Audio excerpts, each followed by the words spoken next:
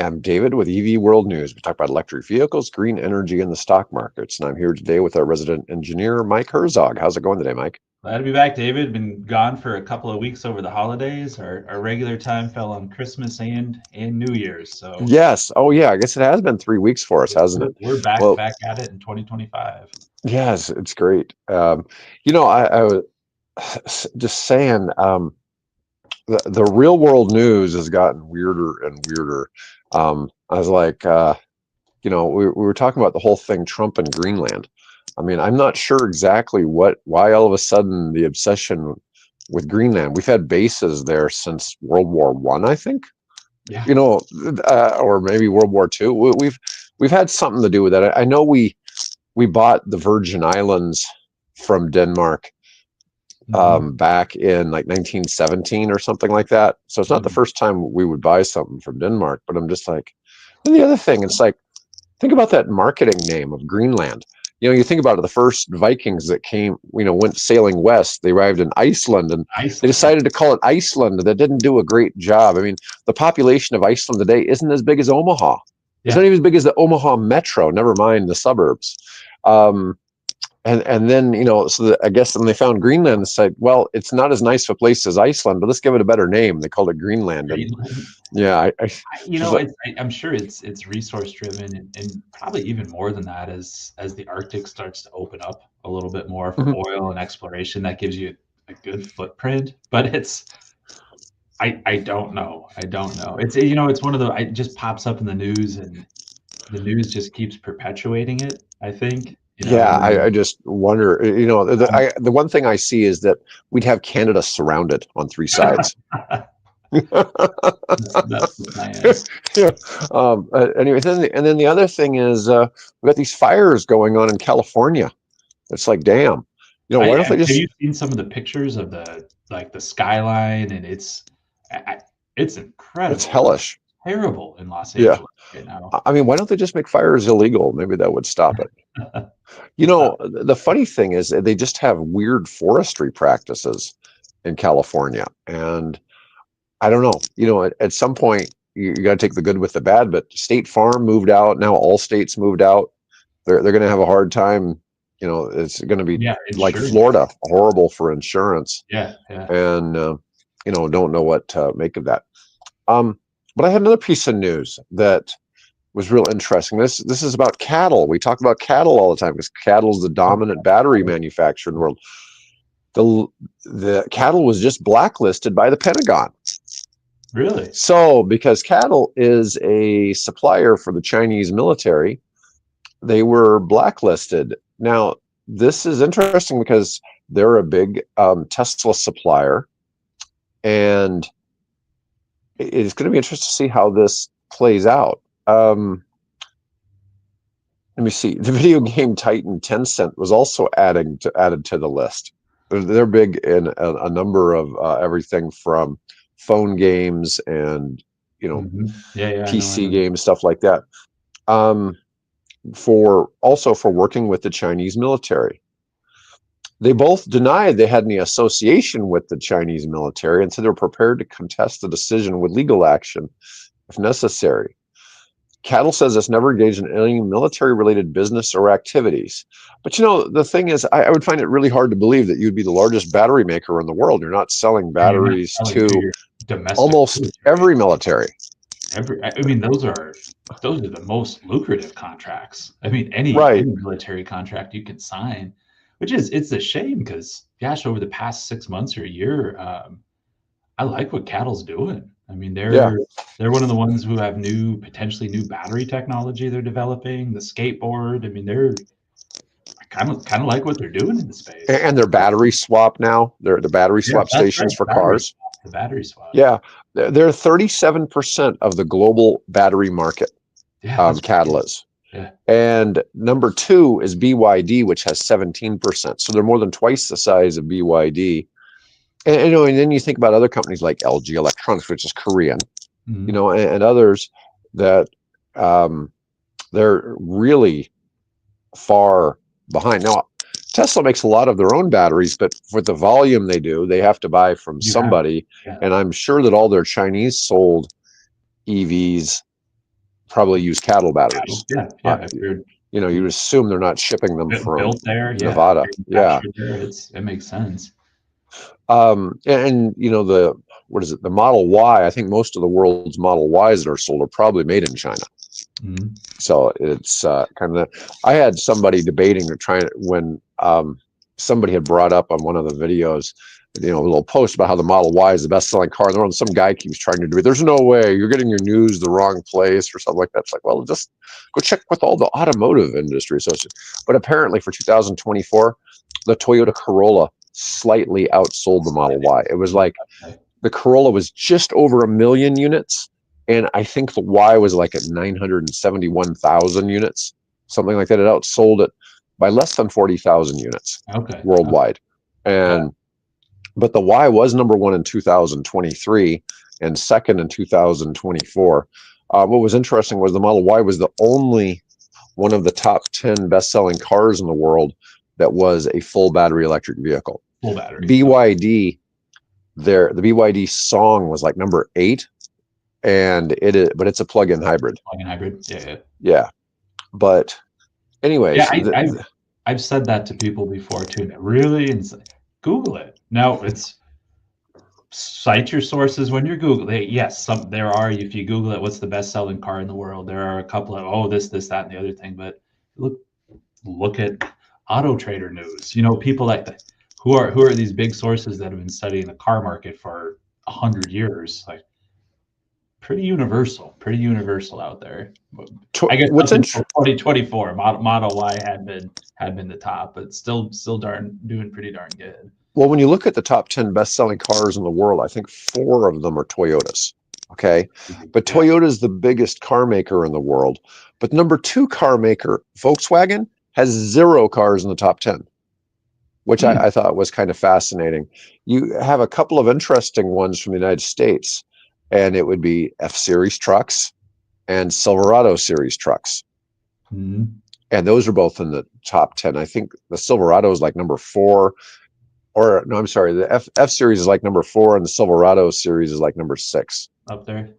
Yeah. So I mean, they're big on the world scale. When you figure in the United States is, I think, the world's 2nd largest vehicle market, and you figure F series trucks are number 1 here, and I think the Silverado series is number 2 here. So whereas from I know we, especially where we're at, a lot of people have them as their day-to-day driving car, but like the F series, like a 250 or 350, it's a work truck. Right. In the world scale, like if people are using it for towing and hauling and job site trucks and everything like that, like I'm sure they've got a great market. It's a good vehicle. What's interesting is in the United States, the number 1 SUV is actually the RAV4, which is the 3rd best-selling vehicle worldwide, something like that, behind the Corolla and the Model Y. But the Model Y in the US is only like number 5. But then like the Tesla Model 3 is like number 8 or something like that in the US. So it's interesting for the limited sales, but there's a lot of selection in cars. You know, you have a lot of brands for sale. You know, so there's a lot of different options there. But this whole thing with cattle and the Pentagon, I'm just like, wow.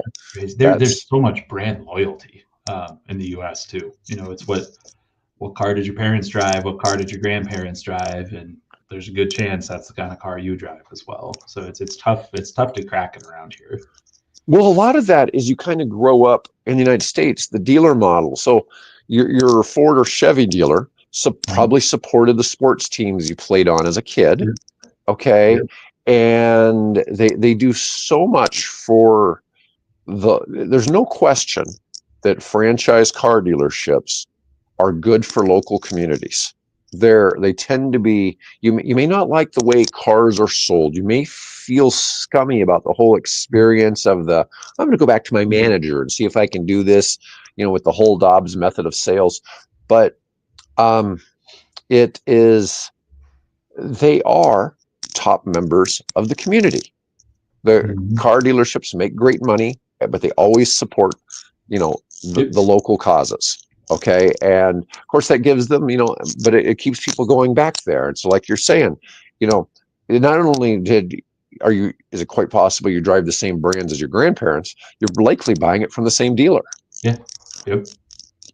And because that dealer's been around for 3 or 4 generations. Yep. Because So you know them, you trust them. They have some type for a very limited purchase. You're only going to do it a couple of times in your life. Maybe it's any type of relationship, any type of positive experience somebody has had in the past. Like that goes a long way. That goes a long way in those. I have no real issue with the dealership model, but I am scared for them as you start seeing, how Tesla's working out, how Rivian is working with direct sales. Volkswagen is talking about doing the same thing. Scout, right? The Scout's going to be with the Scout series, and they're already being sued in California by the dealers. They're saying, "Hey, Volkswagen, we've been asking for a Volkswagen truck for years, and now they're going to release one, and it's not going to be available to the dealership model."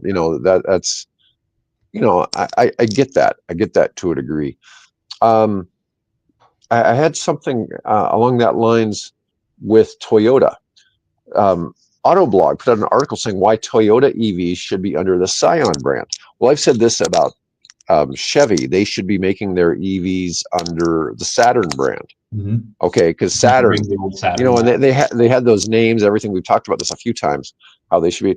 But this is, people feeling that if they went with the Scion brands, like the BZ4X, or the Busy Forks would have made a lot more sense as a Scion than it would have been as a Toyota. It's a dumbass name for a Toyota. I mean, it doesn't fit. It doesn't fit. When you've got Corolla, Celica, Supra, all those names, Tundra, Tacoma, Busy Forks.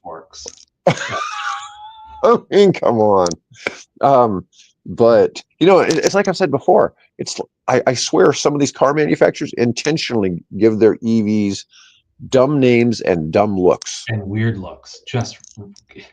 I get it in space capsules. Yeah, the Tylenols and the space capsules.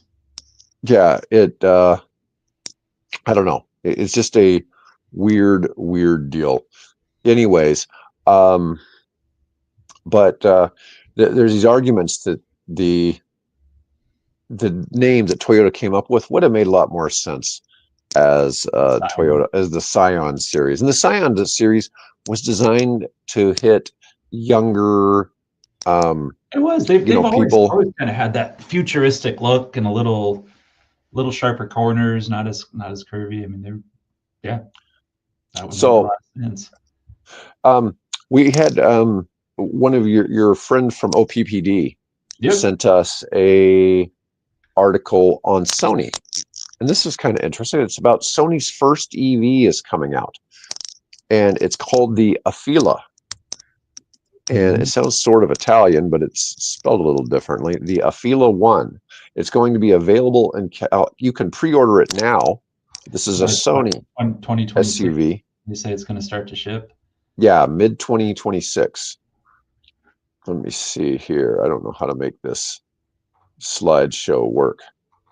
That looks great. Oh, here we go. On here.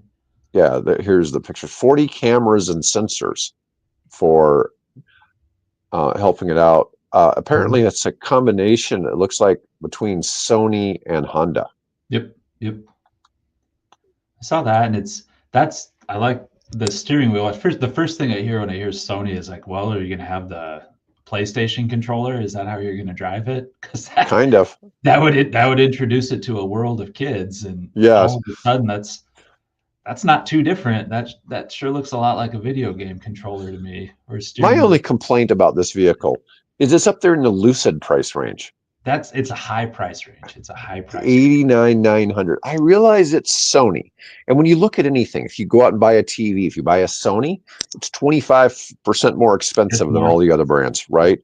Sony is clearly a premium brand in any product they make, but it's just hard to start. When you start talking cars, it's hard to do that. I mean, you got a lot of competition from like the Mercedes EQS type products, all that, or you can go with a new car manufacturer called Sony.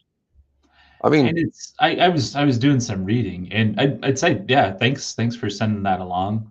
If she's listening, and always, I think yeah, if people are interested in things and pass it along, I think that's a good thing. But it sounds like they're really, really focusing on the assisted driving and its sensors and camera systems and everything like that. That it's just, I feels like they're going for the video game feel. I mean, it's all monitors, all really fancy controls, and very, very much assisted driving is their plug, is what they want to go for.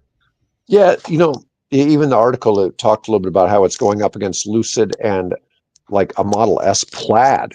Never mind a just basic Model S. We're talking more like 1,000 horsepower version Model S Plaid. The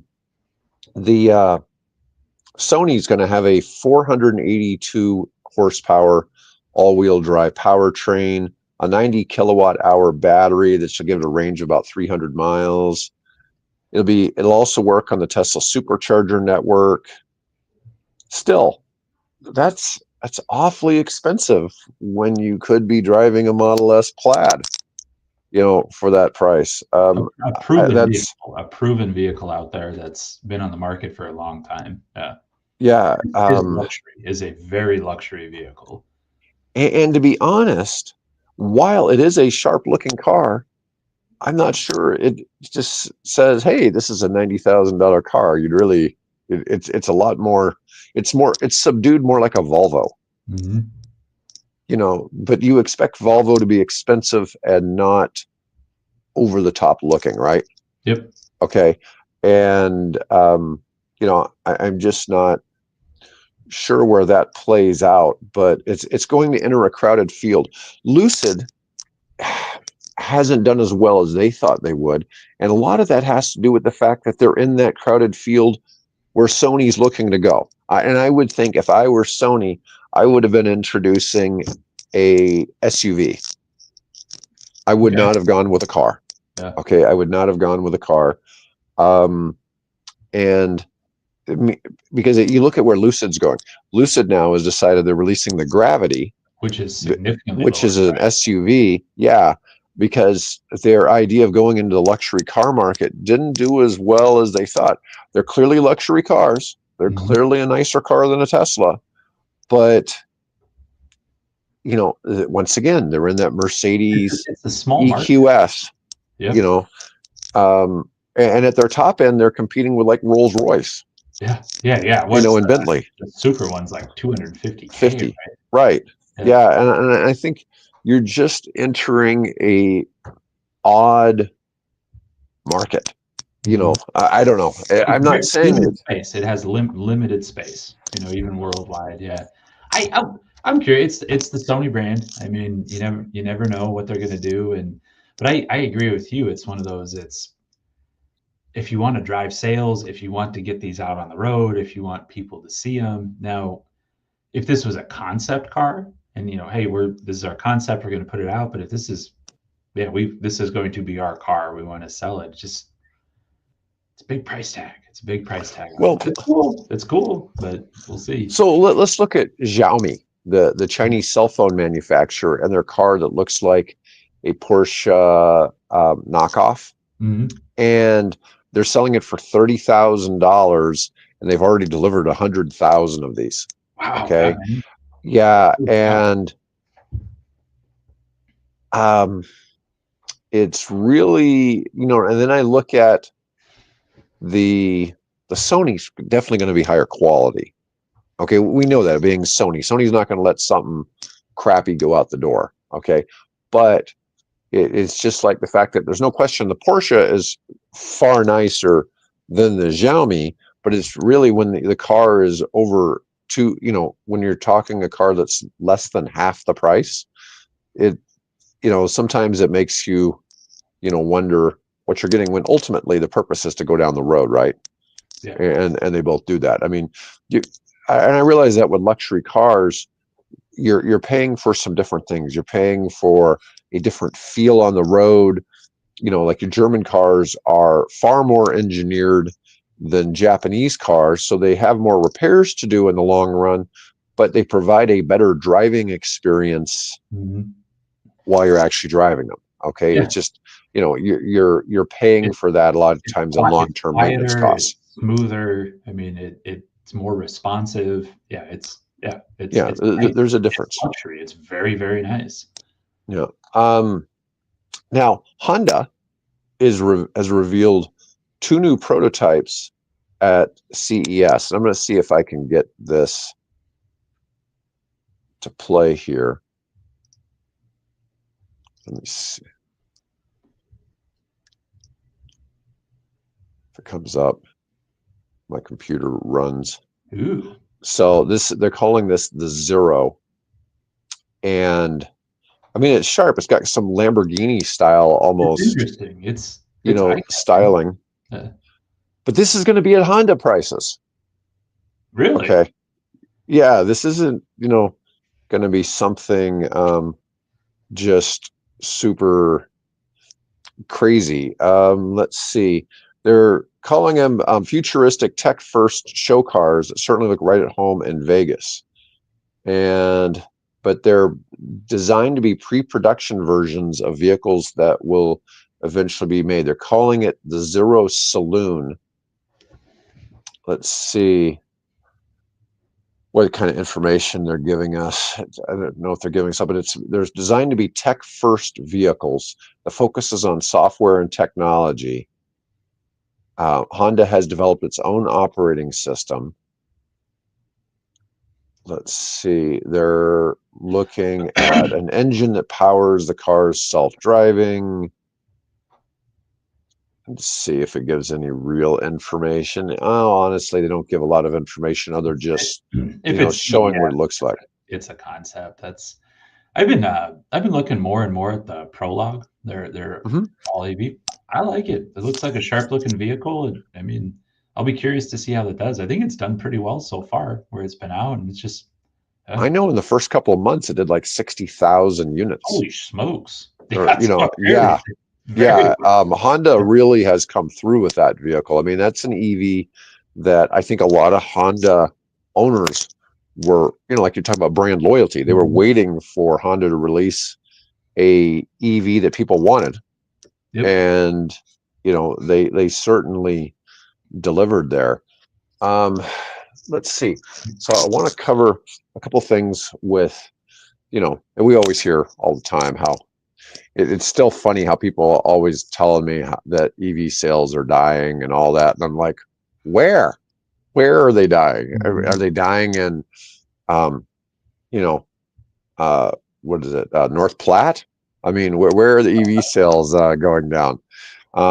Last year there was 2 EV sales in North Platte, and the year before that there was 3. No, I'm just kidding. But there's probably more EV sales than that in North Platte. They're probably in the double digits. Everybody, I always speak in absolutes, but a lot of people come through and like, well, we told you. See, it dipped by a 1/4%. Like that's the end of the beginning or the beginning of the ends. Yeah. Yesterday, Bill and I were talking about in China. Tesla significantly lost market share last year, even though they had like a 15% increase in sales. Yeah, okay. So they certainly went up as far as their own numbers. They went up great. They sold more cars than they've ever sold. But the EV market expanded so much in China last year that they weren't able to absorb that much of it. Other companies like BYD and NIO and some of them really stepped in, Geely, and sold a lot of cars. But the UK has just jumped to, now they're saying zero emission vehicles. Now in the UK, they count plug-in hybrids as zero emissions. Okay. Some places you'll see hybrid, plug-in hybrid, and battery electric. And these numbers, they're at 16.5% for new cars oh wait, no, I'm sorry, I'm looking at Canada right now, not the UK. I'm sorry, I'm looking at Canada because I have news on both. But so they're up to 16.5%, which is, you look, the US was at 7% in 23 in just EVs. And let's see, full EVs, right? That was full EVs in the US. but 1 in 6 new cars registered in Canada for 2024 was a zero electric vehicle.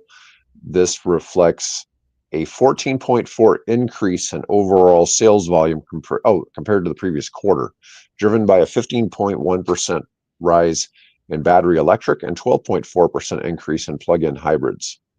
S&P Global predicts that Canada will, by the end of 26, will be at 25%, and by the end of 27, be at more than 30%. Holy cow. So they expect to double the amount of the market they're taking up in Canada. And some of this is based on, technology curves. We see this with everything from computers, cell phones, then smartphones.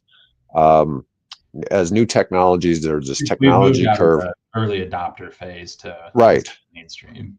Yeah, and it's really amazing. We hear all the stuff about the batteries don't work in the winter and all that, but it's funny, the people in the cold countries aren't having the same problem.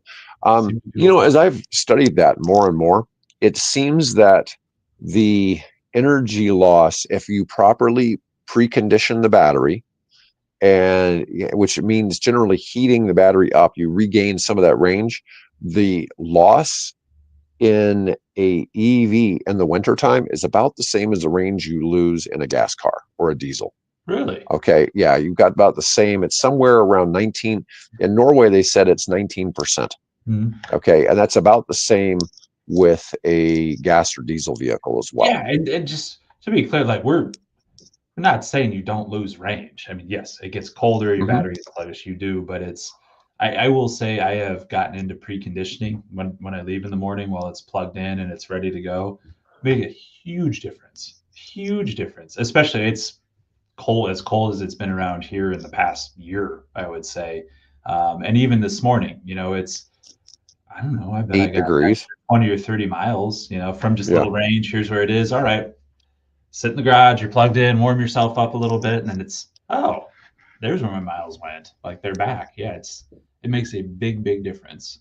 Yeah, and that was, and I've seen people in Canada talking about, hey, I went from a car that it's so cold, I have to plug it in. You have to plug it in anyway. I have to plug it in anyways. Yeah, so it'll start if it's outside and it's using all that extra energy. So that was Canada. In the UK, EVs are now up to this is battery electric and plug-in hybrid. Battery electric was 31% and plug-in hybrid was 9%. So they hit 40% in the UK. New car sales? Yes. Wow. Yeah, they're at 42% petrol and 5% diesel. So that's staggering. I think that's a staggering number. And then they have another 12.5% at just hybrid electrics. So you got 31% battery, 9% plug-in, 12% non-plug-in hybrids. So that actually puts you at they're about 52 to 53% overall. So that's that's unbelievable, I think, and it'll be interesting because we've been talking for the past year that EV sales, everything, domestically should be pretty well insulated from administration changes. And we're going to find out here pretty quick, but you hear numbers like that and it goes back to what we've always talked about. It's the rest of the world is driving this market. The biggest car markets in the world are driving this market, and that's where it's at. And it's going to continue. It's going to continue. Now, the UK has a lot of issues with charging. Okay, not as many people there have garages. They have to, so many more people have to plug in the street. And then you've got the issue of every provider has a different app you have to be signed up for. And the cost of charging keeps going up. And so but one of the problems we talked about before, the charging business is not a profitable business to be in. I don't know how it is in the UK, but in the United States, I don't see any charging companies making money. They need more scale. And the one company that's kind of figured it out is Tesla. So now all the manufacturers are shifting over the Tesla network. Well, once everybody gets used to the Tesla network, they're probably going to want to bail on all those other people. So I'm not sure how that's, going to fare for people, but that's yeah, a big it's jump. tough, even at some of the rates people charge compared to power purchase rates. I mean, it's Hmm. 5 times as much, and it's still hard to make money. It's still hard when you talk about maintenance and security and demand charges and all that. It's tough. We've talked about it before. Where do gas stations make their money? Cigarettes, fountain pop, little bags of chips, lottery tickets. Those kind of things. That's where the money is. You want people to stop there and then go buy a pack of smokes, and a Diet Coke and go on their way. That's where the money comes in. They're not buying Diet Coke. The Giant Mountain Dew, Joel. They're buying a 12 pack or more of beer with their cigarettes. Yeah, it's interesting to see that, because your convenience stores, there's still going to be a market for convenience stores. Yeah. But Oh, a big part of the convenience is people have to stop and get fuel, and so they're running into those stores and getting stuff. There's so many places though that now fight for that convenience. You've got all the gas stations, you got all the Starbucks. Here we have Scooters, which I think Scooters is only in our part of the country. I've never seen it anywhere They're else. located here. They're headquartered here, at least. Are they? Yeah. Yeah. But you just see so much competition for that. But of course, Scooters and Starbucks aren't selling beer and cigarettes and lottery tickets, and so there's that. Now we're in a market though that's also unusual in that our gas stations sell beer. You go in some states, Yeah. you have to go into a grocery store for that, Mhm. or a liquor store, and every state's a little different on their alcohol rules. Anyways, my dogs have Joining in. found a security threat. Heard you talking about cigarettes and beer. They're getting excited. Yeah, maybe that's it. Maybe that's it. But anyways, Mike, that's all we had to cover today. And folks, I want to thank everybody for chiming in. And we will be back with Mike next Wednesday. I'll be back with Bill and a special guest tomorrow. Do you know Bill's friend Syed Ali? I don't think so. No, he's somebody who's been around. He's been in the EV space since the 90s, just like Bill. Just like Bill. And, he's coming on as a guest host tomorrow. Anyways, folks, Great. have a great day. And like I said, we'll be back tomorrow. All right.